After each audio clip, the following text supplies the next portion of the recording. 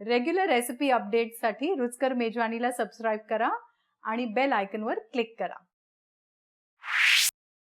नमस्कार, रुचकर मेजवानी विथ स्मितामध्ये तुमचं स्वागत आहे. हल्लीच मी पंजाबला गेले होते आणि तिकडे नाश्त्याला रोज वेगवेगळ्या प्रकारचे पराठे खात होते. कोबीचे, आलूचे, कॉलीफ्लॉवरचे, पनीरचे आणि माझं फेवरेट जे होतं ते होतं आलूचे पराठे. इथे मी 5 बटाटे उकडून घेतलेले आहेत आणि इथे एक छोटंसं कडलं तापट ठेवलेलं आहे. त्यात मी 2 टेबलस्पून तेल गरम करून घेते. तेल थोडंसं गरम झाल्यावर त्यात 1 चमचा आल्याची पेस्ट, 1 चमचा लसणीची पेस्ट हे घालून जरा मी ह्याचा कच्चा वास जाईपर्यंत मी परतून घेणार आहे.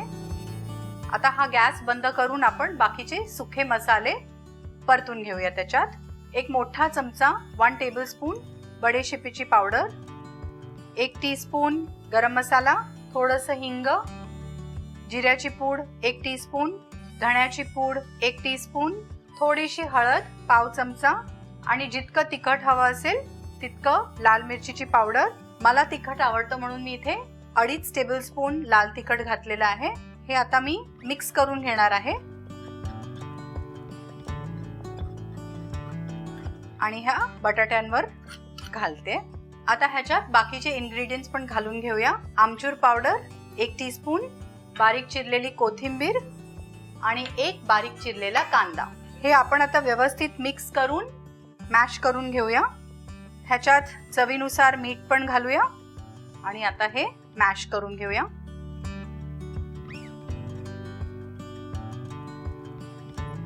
आपलं आलू पराठ्याचं मिश्रण तयार झालेलं आहे. आता आपण पराठे लाटून घेऊया. हे रेग्युलर चपातीचं पीठ आहे.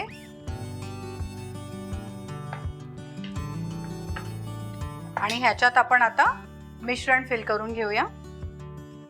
मिश्रण जरा भरपूरच घेऊया कारण ते कोपऱ्यापर्यंत पसरलं पाहिजे व्यवस्थित, म्हणजे ते आलू पराठ्याची छान टेस्ट येते. आणि आता ही जरा जाडसर लाटून घेऊया, गोल करून घेऊया.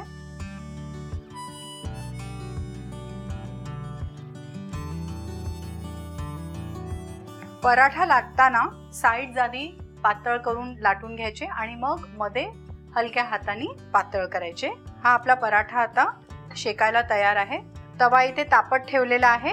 तव्याला थोडंसं तूप लावूया आणि हा पराठा त्याच्यावर गॅस मध्यमवर ठेवूया कारण हे छान कुरकुरीत शेकले पाहिजेत.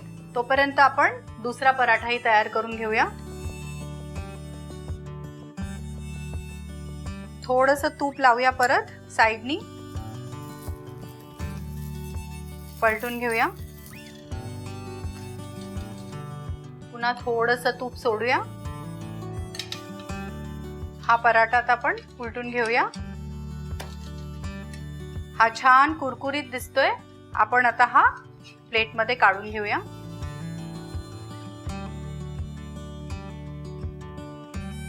हा पराठाही शेकायला तयार आहे.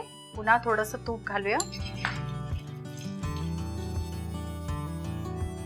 हा पराठाही आपला तयार झालेला आहे. आता ह्याला आपण प्लेट करून घेऊया. इथे मी दही घेतलेलं आहे.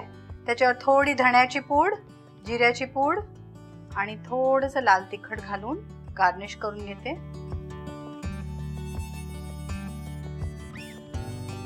पराठ्यावर थोडंसं बटर आणि ह्याच्याबरोबर थोडंसं लोणचं. घरी बसल्या बसल्या पंजाबच्या आलूच्या पराठ्याची तुम्ही नक्कीच चव घ्या आणि मला कळवा. अशाच रुचकर रेसिपीजसाठी रुचकर मेजवानीला सबस्क्राइब करा.